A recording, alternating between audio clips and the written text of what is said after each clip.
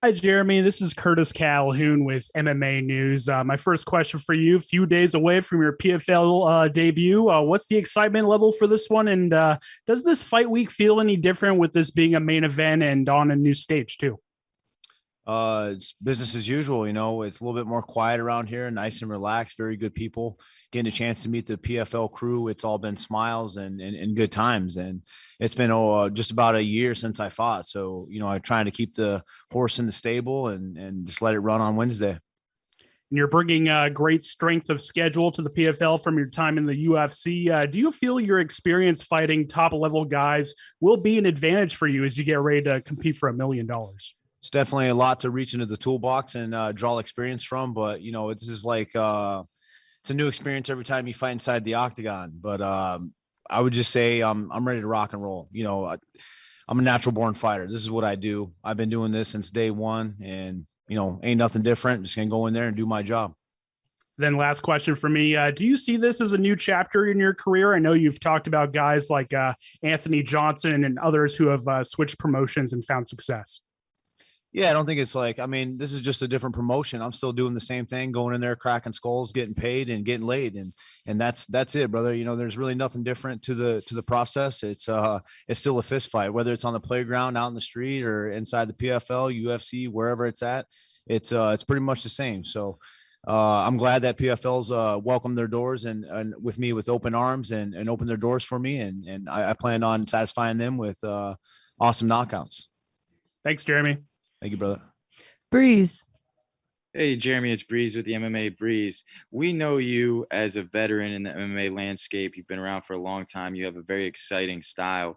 And your opponent coming up, Clay Collard, also has a very exciting style. He loves to throw hands. You love to throw hands. He's been vocal that he thinks he has the advantage with the hands. What do you make of this matchup, and what can the fans expect from this clash of styles?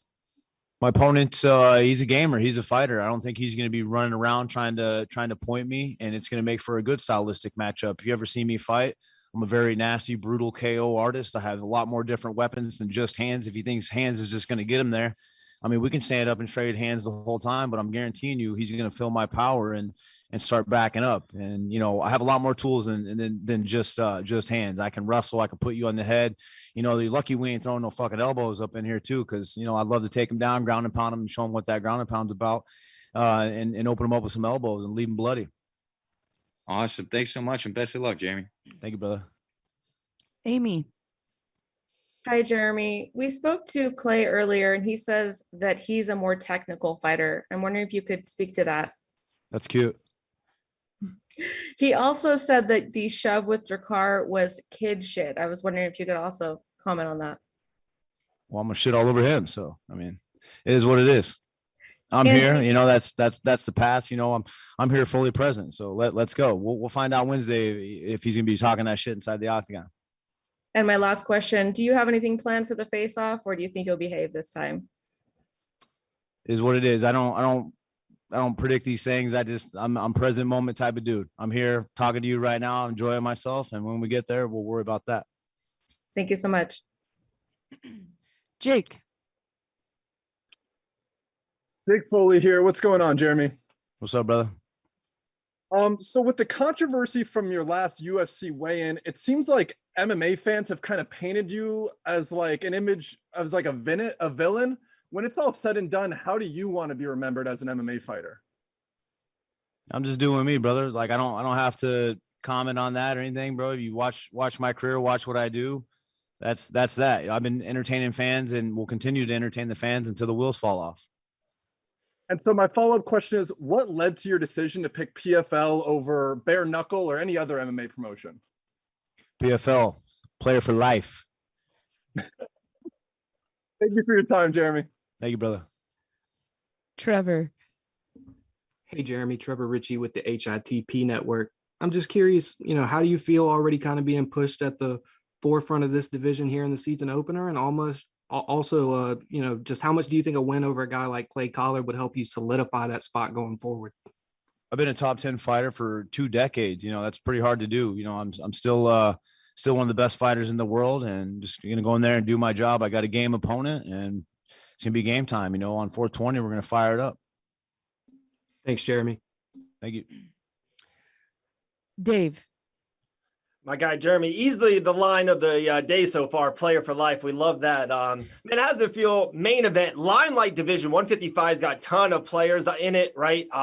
Their champion is in the co-main. You're in the main event. How does it feel? Like you said, you've seen all the smiles. The PFL people are great behind the scenes. Just give me an aura of right now this week of Arlington starting off, kicking off the season. You are the main event. Checkmate. The new sheriff in town, baby. Love it. Love it. Inside the distance, are we going 15 minutes Wednesday night? Prepared to go the distance, but you know me, bro. I got great power in my hands, my shins, my knees, and, I'm feeling pretty electrifying. So I'm here to rock the show. There we go. Best of Scotty Wednesday night, man. Player for life. Love it. Skills pay the bills, baby. Danny. Yeah, just looking at their experience. The thing about MMA is I can draw from their experience. I can draw from Anthony's experience inside the PFL. He was getting paid a lot of money. I feel like they paid him too much dough, and he sat back and just thought he was going to win by intimidation. That's the experience that I've drawn from, something that I've learned, and I'm fully prepared and a very good battle with a game opponent. So that's all I need. I'm not one of these guys that's just going to sit back and think like my highlight tape's just going to scare people. That's just not the case. I'm very well prepared, and there's really nothing more to do. I can't really speak on anything. Just watch how my actions show up on Wednesday. Just worry about Clay Collard on Wednesday. That's my only focus right now. I'm here giving you the interview. I don't even know who the fuck these guys are. And I know I have a game opponent that I've scheduled and signed about with, and that's got my full attention at this point. Mark. First of all, hey, Jeremy, how are you? Fantastic, brother. So we've already talked about your vast experience in the UFC. I mean, fighting guys like Jose Aldo, Josh Emmett, Kelvin Cater, you name it. You fought just about everybody there is to fight in the sport. Rafael Dos Anjos. You're coming into your first fight in the PFL against, Clay Collard. Both of you guys are strikers. Both of you guys like to keep it on the feet. You can mix it up as well. Are you fired up extra for this fight being your first fight in the PFL? Do you think this is the most fan favorable matchup and one of the most favorable matchups for you in terms of excitement and just getting to showcase your skills? I feel like I'm taking on the champion. I feel like he could have easily won that tournament. I feel like I'm going in here taking the number one guy off tops. If you know me, I fight nothing but the best, and I didn't come in here and get an easy fight. I'm not asking for an easy payday. And this is what I do. So it's just, this is God's work. This is just an alignment. This is a great challenge that I welcome myself to, that I wake up every day with the game opponent. And that's enough motivation to get me up out of bed. And like I said, to get the skills going to pay the bills. 100%. I couldn't have said it any better, and best of luck to you in your next fight. Thank you, brother. Appreciate you. Mills. How's it going, Jeremy? Awesome, brother. Man, coming out of San Diego, man, it's hot out here, right? Yeah, it's beautiful. I love it.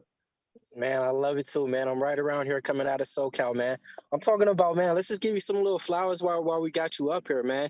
18 wins by KO, 3 by submission, 7 by decision. I mean, you done did it all, man. When you step into that ring in that octagon, what goes through your mind? Are you in a murderous mind state, or are you just trying to play it safe?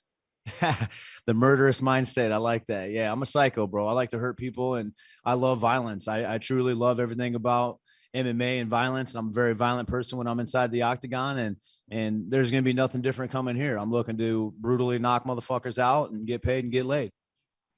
I love it, man. Let's keep it going, man. We're going to keep cashing in on you. Let's get it. SoCal, baby. Thank you. Johan. Hey, Jeremy, this is Johan Abdu of Tunnel Vision Sports. How you doing? Fantastic. Yeah, so, you're a bona fide veteran of this business. You're coming into the PFL for your first time, and you've already seen the season format. Do you think that brings out the best, Jeremy, in you? And are you at all worried about losing form, about not making playoffs?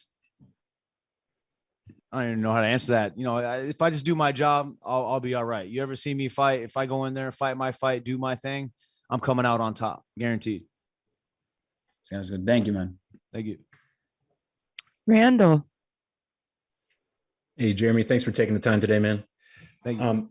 So I wanted to ask you, coming into this fight, Clay Collard wants to keep you at range and play patient. How do you plan to make him uncomfortable going into Wednesday?